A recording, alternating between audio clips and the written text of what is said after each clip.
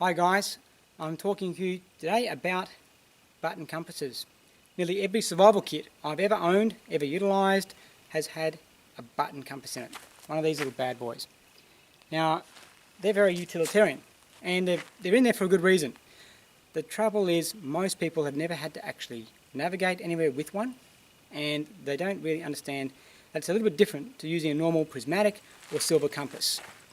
It's similar because it is still a compass, but different in application. One of the reasons that's so is because they're not a precise item. These are often made cheaply in some part of the world where they make things cheaply. So they're not as precise as your normal high precision navigational equipment. So you're going to go for generic cardinal points only in the main. So it shapes the way you have to apply your navigation. If you're utilising this in a survival situation, obviously you've at some point in your experience have reached a decision where you've gone, it's no longer tenable to stay here.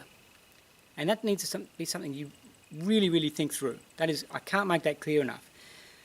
Most anecdotal reporting and official reporting indicates that when you stay with your vehicle or you stay where you are when you first realise you're lost, that is the most likely place you'll be found. If you've been there for a period of time, and I'm talking a week or so plus, and you've got no indication that anyone's even looking for you, then it may be a case of considering self-rescue. That's where the compass comes into it. From a military point of view, it's different. We're on the go from day dot, but we're also extremely well-trained and proficient navigators. So this is just another tool for doing that. Now I utilise these in conjunction with solar, north, and celestial cardinal identification methods at night. So this thing is just another aid. So I'm not using just one single point of failure. I'm using a multiple arrangement of direction indicators that keep me on track, whether I'm doing this for survival purposes or doing it for navigation generally. It's the same thing to me. Two factors that will play into this in terms of how you use it. How much do you know about the information of the landscape around you that you're going to be moving through? I.e., do you have a map? Do you have a mud map? Do you have some anecdotal information from someone in your group or something reliable where you know that if you keep striking to the east, you're going to hit a coastline or you're going to run into civilization? If that's the case, you are in a good position. If you have absolutely no idea of where you are and what direction to travel in, it's the lotto. What you get is what you get. So you really need to sit down, take the time while you're making a decision to assess the environment you're in before you move away from it. When you actually come to using the compass, I'll show you first what it's like to use it with a map. So our primary compass is for some reason damaged. We're going to drop over to our backup compass, and we still have a working map, and we roughly know where we are. We're a little bit disorientated. Let's have a look at that scenario. Okay, so here we are. We have our map. We've placed it down on the ground and orientated it as best we can to north.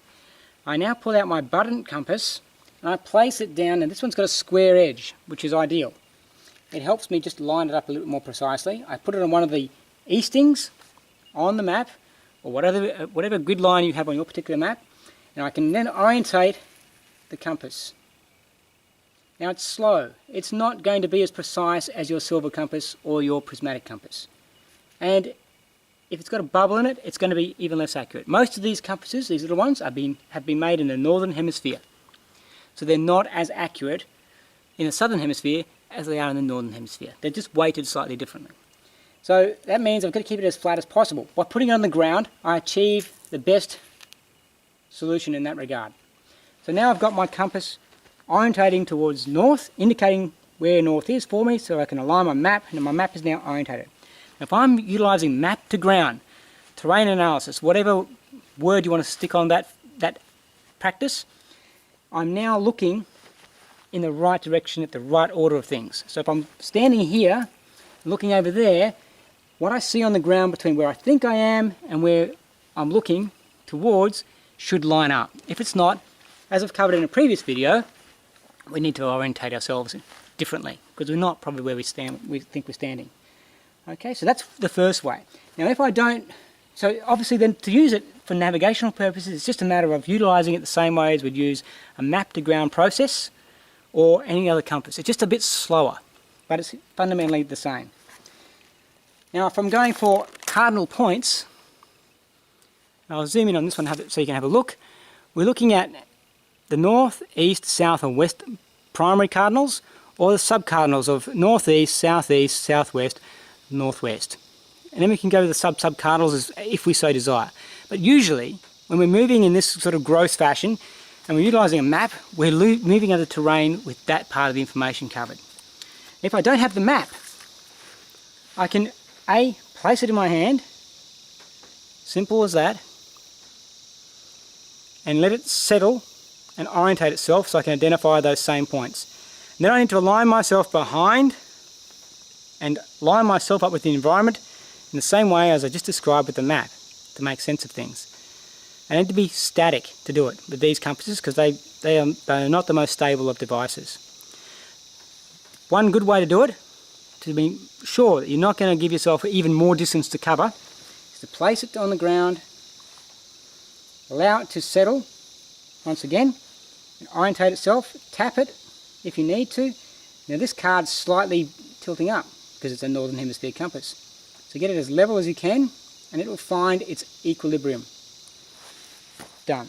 So to where I'm standing right now, north is straight through there. If I'm standing here, looking there, and I want to travel north, I can just look along that, pick a reference point, move to that reference point and repeat the process. It's as simple as that. Look, I hope that helps. They are a valuable item. Don't rely on them. Couple them with celestial navigation and solar navigation techniques. Use map to ground, use a mud map, and cautiously plan out your next move if you're in a survival situation before you just race off and think you can save the world and save yourself with a button compass. Very, very useful item, but it has limitations. Take what's useful, discard the rest. See you out there. Have a good day.